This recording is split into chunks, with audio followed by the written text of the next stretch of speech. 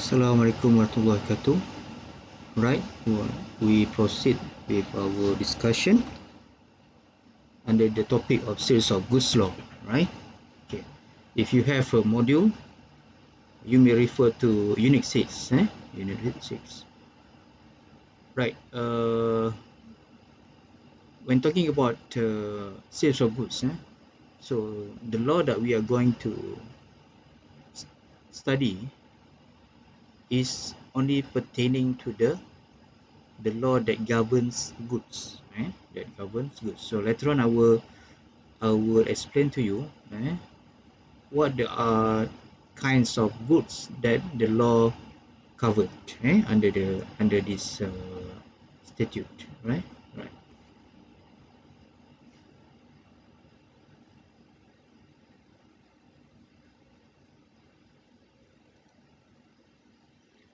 Right. This is what we are going to cover in this topic, right? First, definition of goods, right? Of course, uh, there is a limited uh, kinds of goods that the law covers. Not all goods are covered under this law, right? The Sales of Goods Act, right? Number two, explain the terms which exist under the Sales of Goods contract, right? So what are those terms? So in other words, we are going to discuss terms, example like terms and conditions of the contract under the sales of goods. Number three, discuss the general principle in the transfer of goods and its exceptions, right? Okay, this is uh, uh,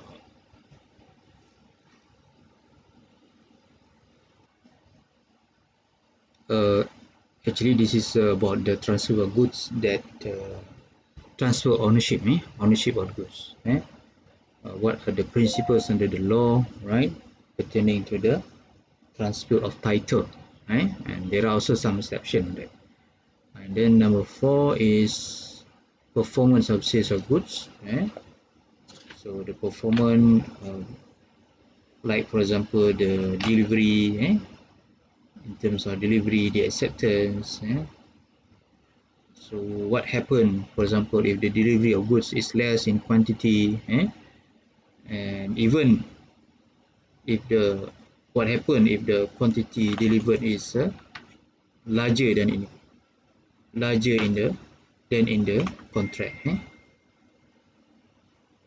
Okay, so all this they will cover, right? And number five, examines unpaid seller's right.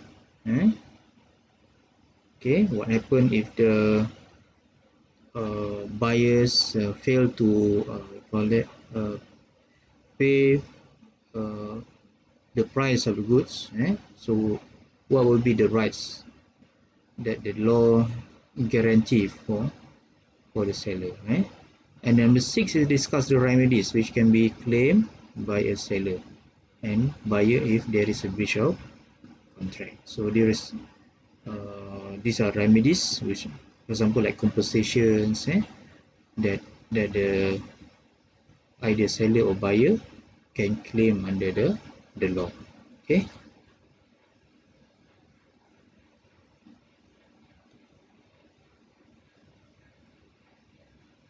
Right.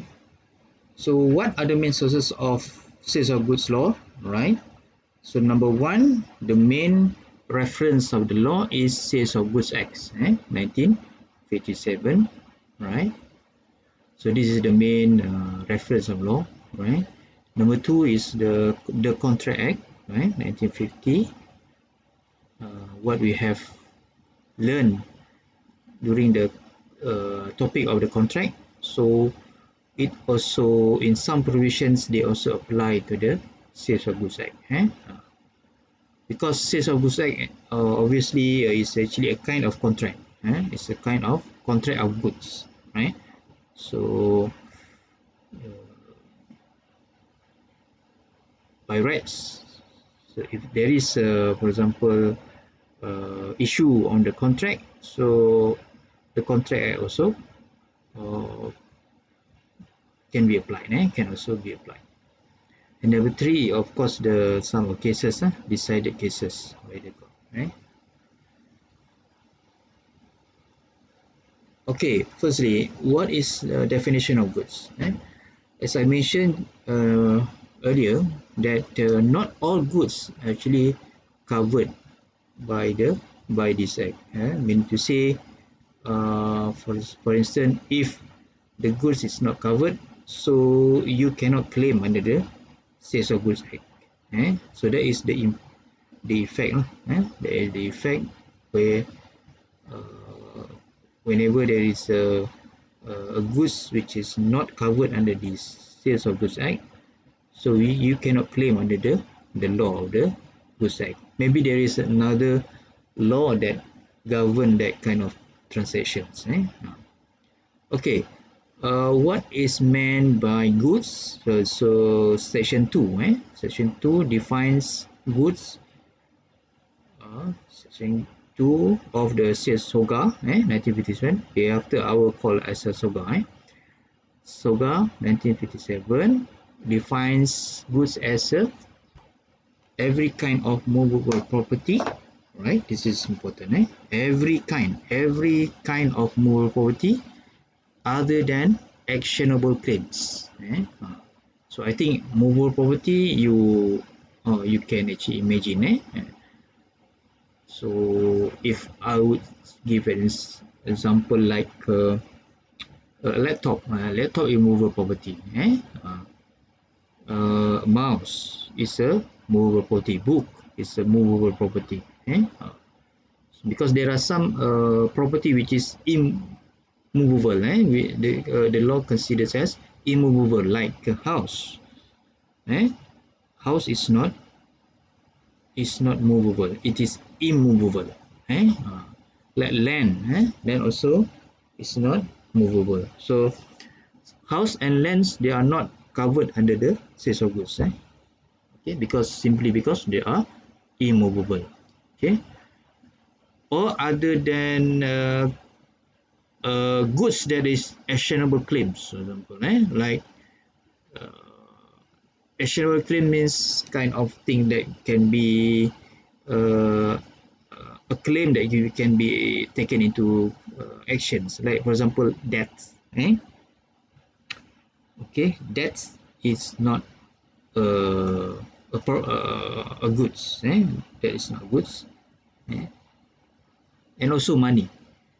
Money also considered not as goods under the law. eh? So in other words, you cannot actually, if there is a uh, dispute regarding the transaction which of money, for example, so you cannot claim under the system of goods. Eh?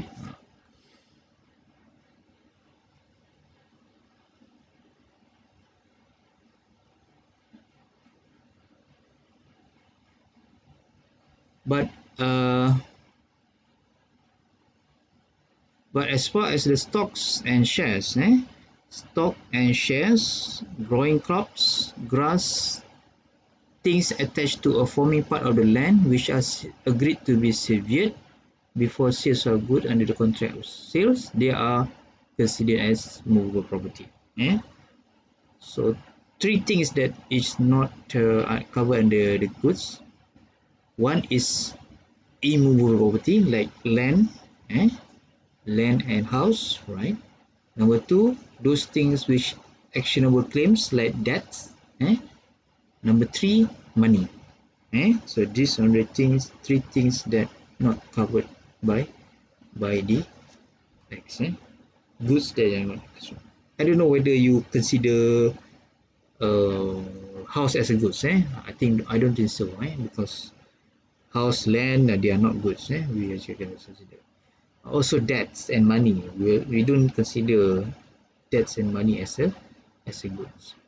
But of course, growing crops, grass, we can buy grass, we can buy grass, we can buy crops, right? Even though it is attached to the land. So this kind of thing is as a goods. We can consider as a goods.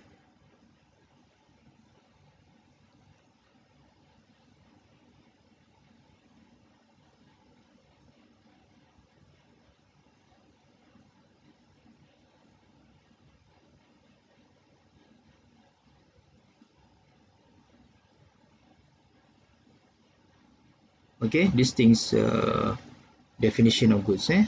Movable property, stock and shares, growing crops and grass. Anything which are attached or severed or to be severed. Attached but can be severed. Attached to the land. Okay, also considered as goods. Okay,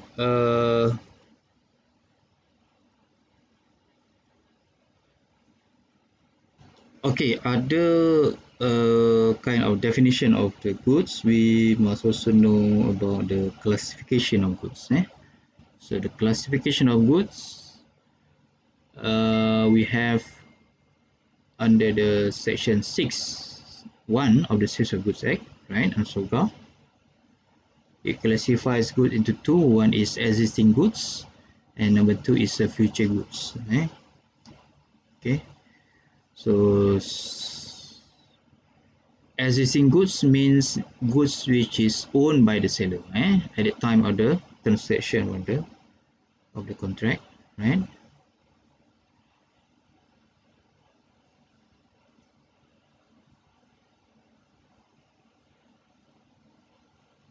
Okay, so it can be specific goods or it can be unascertained goods. Specific goods mean goods identified and agreed at the time of the contract is made.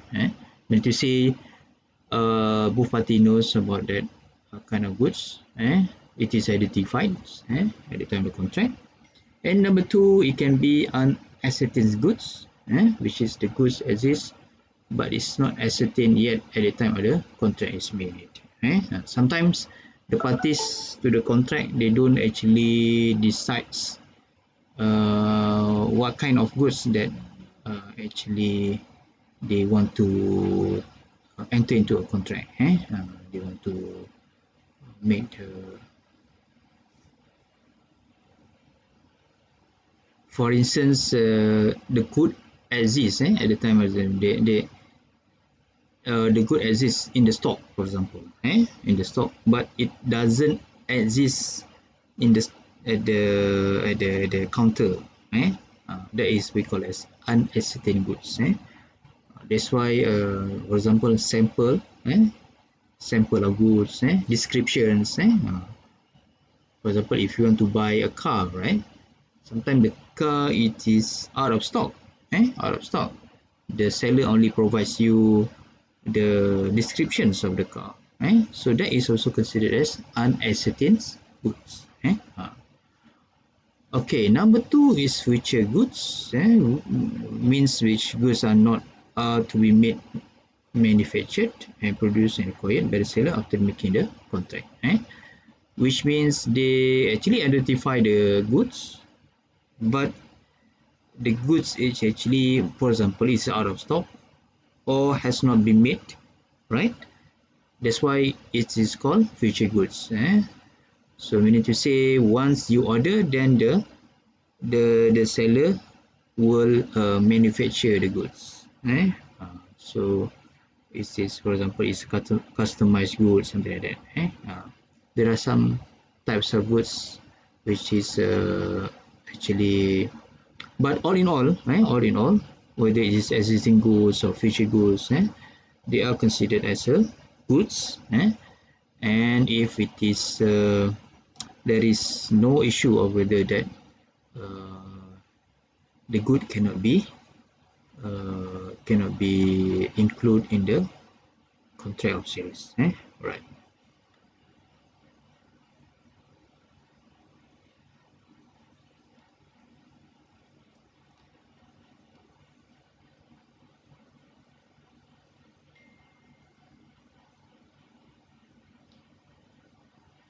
Okay, next is definition of contract of sales of goods. So section 4.1 of the sales of goods SOGA, right? It says that a contract whereby a seller transfers and agrees to transfer the property in goods to the buyer for a price. Okay, so there are three things, three ingredients here. Under what is under the section 4 of the contract sales of goods is one, the goods is available. Number two, seller agrees to transfer the goods. And number two is seller agrees to transfer the goods, and number three is the price. There is a price at the determined in during the contract of sales transactions. Okay, this is three things that the contract, what is meant by the contract of sales of goods. Okay,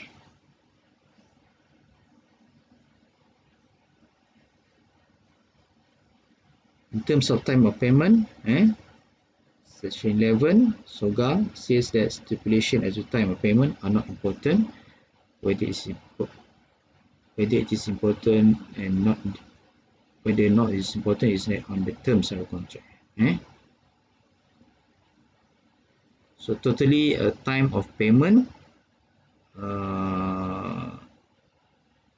actually it's not the essential elements. Time of payment depends on the terms of the contract. If the parties agree that the time of payment should be included in the terms of contract, then they will be essential. If not, then it's not essential time of payment. But I think in practice, the time of payment is important.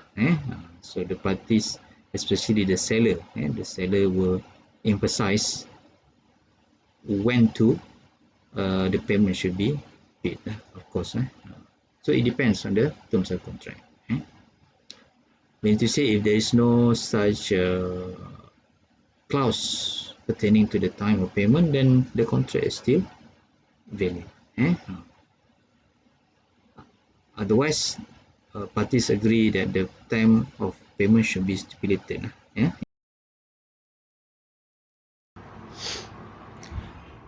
Right. In terms of pricing, so the sales of goods or SOGA has several provisions explaining the price. For instance, in under section 2 SOGA, it says that the price is defined as the money consideration for sales of goods. So meaning to say only money is recognized as the means of medium of as a considerations for the sales of goods.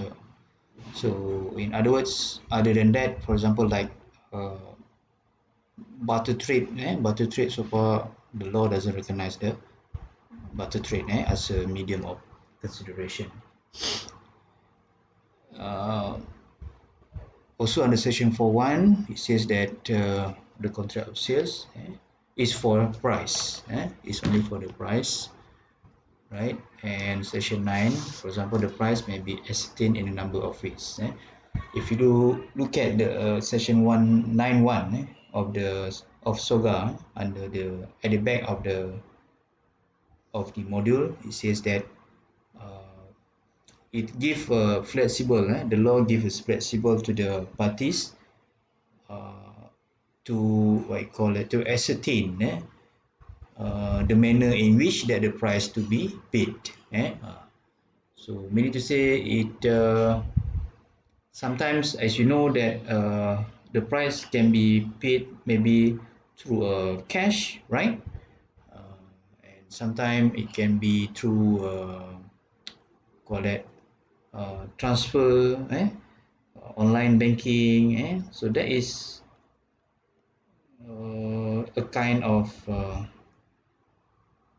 means, but essentially is a is a money, so the price is a money, right? So sometimes the transactions is made through credit card, so credit card also is a kind of money use, though it use other kinds of things, other than cash, right?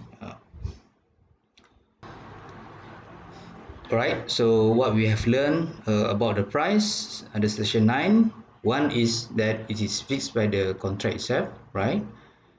Secondly, uh, in terms of amount fixed by the contract itself.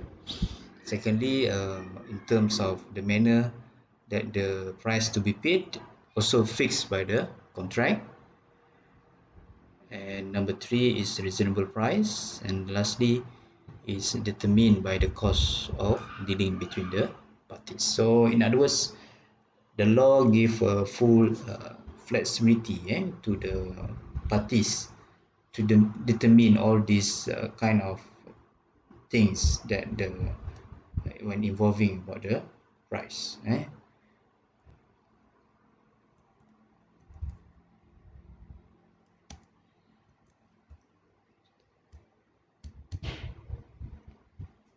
Okay, okay. This is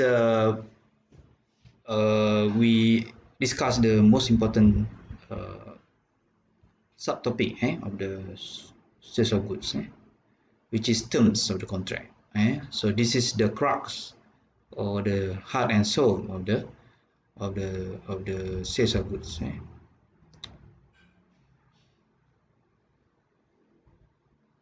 So as I explained earlier, that uh, in the contract of sales of goods, right, it's not compulsory, for a contract to be in writing. So contract, a simple contract, for example, when you go to the groceries, is it needs not to be in writing, right? So that's the example of where we can find that the contract need not to be in writing, but sometimes, of course, when involved more complicated kind of contract, which uh, which especially when it involve huge amount of money, huge amount of price, then there will be normally, that the contract to be in writing. Uh, for example, a contract of export and import. So that is when involved is more complicated way of contract. So it needs in writing because sometimes it involves the duties of the buyers and sellers, uh, to discharge their duties, in the course of business. But for simple contract like when you buy groceries, when you buy groceries in the supermarket, when you go to the 7-Eleven, so it doesn't need to be in writing, right? That's why the law says that the contract can be an express terms or implied terms. Okay, can be. So that's why there is an explicit terms, or implied terms. Okay. So why the terms of contract of sales is important is one of the rationale is that to determine the intention of the parties. To determine the intention of the parties. But all in all, right? All in all, there are two classifications, or two types of terms. One is conditions and another one is warranties. Conditions and warranties. So maybe majority of you have heard about this, warranty, the word warranty. Okay, but rarely we hear about the word conditions, right? So maybe we can normally heard about terms and condition of the contract, right? And warranties, but what are of definition of conditions and warranties based on the law, in the eye of the law? So we will look at this.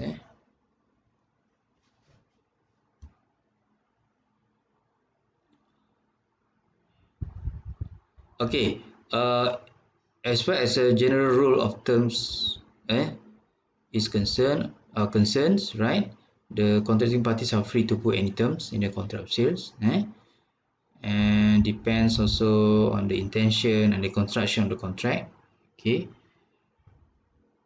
and may be made either in especially a contract or implied from the conduct of the parties or by the operation of law, right? So this is what we call a general rule of the terms. Again, the law give a flexibility to the parties to put any reasonable or legal terms in the contract. But at the end, the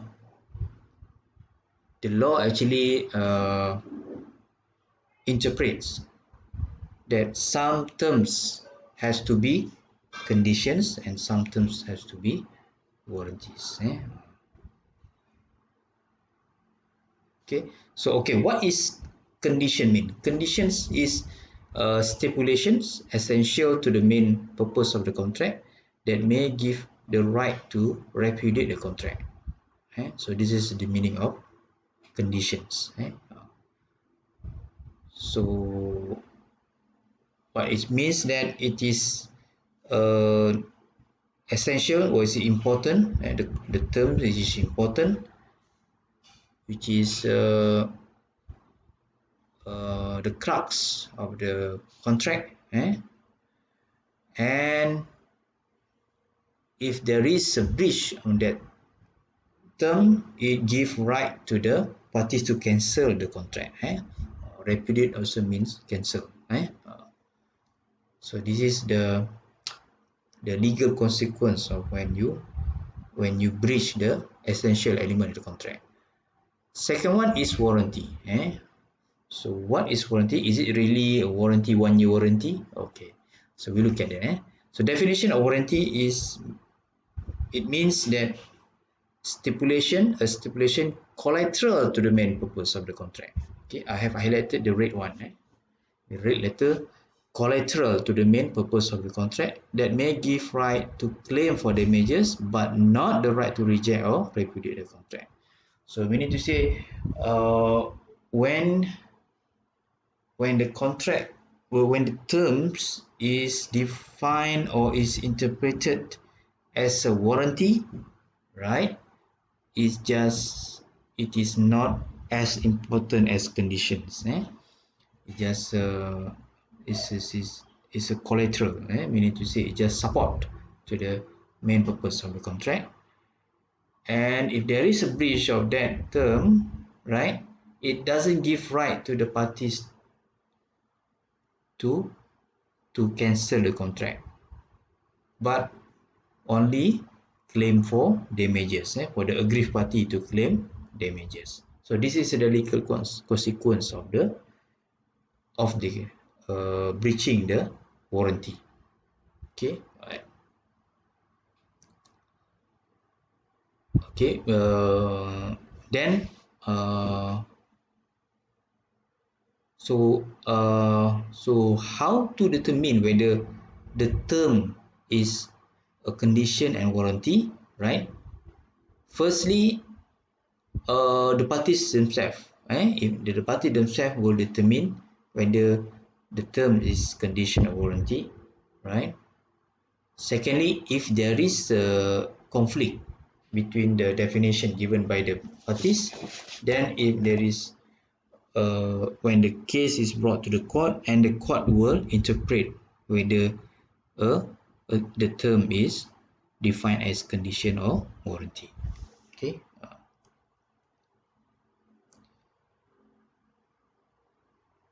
Okay, this is an exception when breach of condition can be treated as a breach of warranty. Okay, meaning to say originally it is conditions, but later on it is treated as warranty. One under section 13.1, when the buyer waive the condition or elect to treat the breach. Okay, buyer itself waive the condition, meaning to say it's okay when say buyer says that it is okay, I don't want to repudiate, or I don't want to cancel the contract. I will treat the contract as a warranty. So what you maybe for instance that for example, if I buy a laptop, for example, right? So maybe the laptop must be, so the term is that the laptop must be in based on the description, but later on it happens that it is not in line with the description. So as a buyer, I have the rights whether to cancel the contract, but instead of cancelling the contract, I just treat this as a warranty just earlier. So I don't want to cancel the contract, and then I just proceed to the contract. So that is one of the exception. Number two, when the buyer has accepted the goods, where the contract is for specific goods and the property ownership of the goods has transferred to the buyer. Right? So this is number two.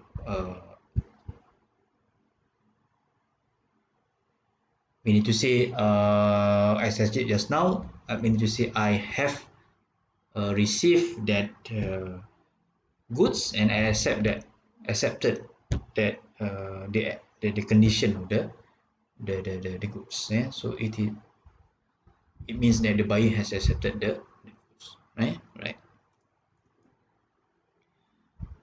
Okay. Uh, Express terms and implied terms. Okay, and implied by the law. So in sales of contract, if the term is express, meaning to say the terms are clear, explicit. Okay, meaning to say whatever terms that stated in the contract of sales, we call as a explicit terms or express terms, or clear. So that is no issue. The issue is that when the terms itself are impliedly made by the parties. Okay, there is no such meaning to say there is an absence of certain terms. Sometimes that it is the issue. When the parties make a contract, some terms may be absent. Okay, some important terms may be absent in the contract. Nevertheless, these terms are very important. These terms are very important. The only thing is that the parties are not aware of that uh, particular terms at the time of the contract.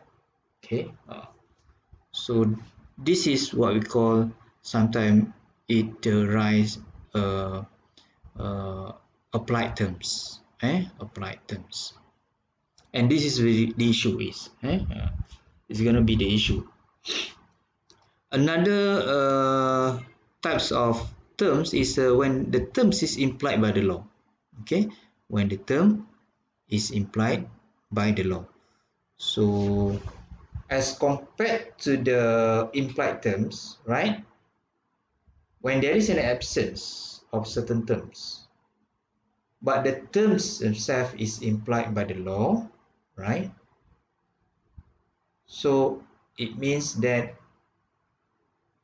even though that particular terms do not exist in the contract of sales, the law has put has regarded the terms to be put in place, to be example. I give the example. Kinds of types of terms that is implied by the law. So one we call as obviously there are two. One is implied conditions and another one is implied warranty. Okay. Okay. Sometimes these terms are not stated in the contract of sales. But not stated, even though they are not stated, the law regards that these uh, terms as an implied condition, has meaning to say irrespective, it is immaterial whether the parties has put or not that term. The law assume that that particular terms to be enforced. Example like title, or the title of terms, terms title, the ownership, right? Under section 14A, right? Number two, section 15, that the terms or the goods must correspond with descriptions. Number three, fitness to the purpose, that the goods must fit to the purpose. Number four is must be merchantable quality, and then lastly, it must correspond with the sample. So these five are impliedly by the law as implied conditions, implied terms which are regarded as implied conditions. Okay, all right. So even though, meaning to say, even though the parties do not put or do not insert the terms in the contract of sales, in the absence of them, the law still regard that the terms to be present in the contract of sales. Secondly, there are only two implied warranty. One is that the good must be is the buyer must get quiet possessions, and he also must the goods must be free from any encumbrances. So all in all, there are 7 terms that the law impliedly to be put in the contract, of which 5 are implied conditions, and the rest, the 2 is for implied warranty, right? Okay, so we go number 1 first. Implied conditions as to the title. So this is uh, uh, stated under section 14A of SOGA. So it means that the seller has the ownership or title over the goods. So the law assumes that the owner of the goods is the seller. The owner of the goods is the seller before he transfer the goods to the buyer. Okay. So if it happens that later on that the buyer knows that the seller has no title or is not the owner of the goods, so the buyer can cancel the contract. Okay, so that is the legal consequence of the breaching the implied conditions of title. So we have a case here, Roland and Dable. So you can refer to the module, the fact of the case of the Roland and Dable. Number 2 is implied conditions, right? Whereby the good must correspond with the descriptions. So this is very common. Example, if you want to buy a laptop, for example, usually the seller will give you certain descriptions, right? as to the, for example, the processors, whether it's a Pentium 3, Pentium 5, Ryzen, so, and the memory. So that is kind of example of descriptions. So if later on that when you buy and then you get that goods in which that the descriptions doesn't correspond, sorry, in goods in which the goods doesn't correspond with the descriptions, then you can, you have the rights as a buyer, you have the right to cancel the contract. Okay, so we have a case here, bill and teller. So again, you can refer to the module as the fact case of bill and teller. Right. Number three, implied conditions. Right. uh, Under section 16(1) of SOGA, A, that the goods must fit to the particular purpose, must fit to the particular purpose. Okay, meaning to say, if the buyer, example, approach the seller saying that I want to order this type of goods and blah blah blah blah blah, and this type of good must can actually, for example, operate like this, like this, like this, like this. So that is fit to the particular purpose. We need to say the buyer has expressly mentioned to the seller that the goods is for the certain purpose, certain specs, for example, or certain functions, right? So that is implied conditions. But again, it is a duty of the buyer to inform to the seller as to what he means to that fitness, to the to that particular goods. Okay, so what happen if the buyer fail to inform to the seller? Okay, so if the buyer fail to inform to the seller as to the purpose of particular goods that he buy, that he want to buy, so the seller actually has no duty, right? Is not responsible for the seller if it happens that the goods actually is not suitable for the buyer. So in this case, it's a duty of the buyer to inform the seller. Right. So there is an exception here when the goods itself under the patent or trade name. So when the goods under the patent or trade name, meaning to say the buyer has no right. So buyer has no, has no responsibility, right, or has no duty to inform to the seller. Example of patent like drugs, or medications, medicines. So patent normally involve complicated formula or something like that. So like a drug normally or medicines, it is out of the knowledge of the buyer, right? To I call that to inform to the seller that certain drug that he wants. Normally he just say that uh, I want a medicines, for example, like to cure this, right?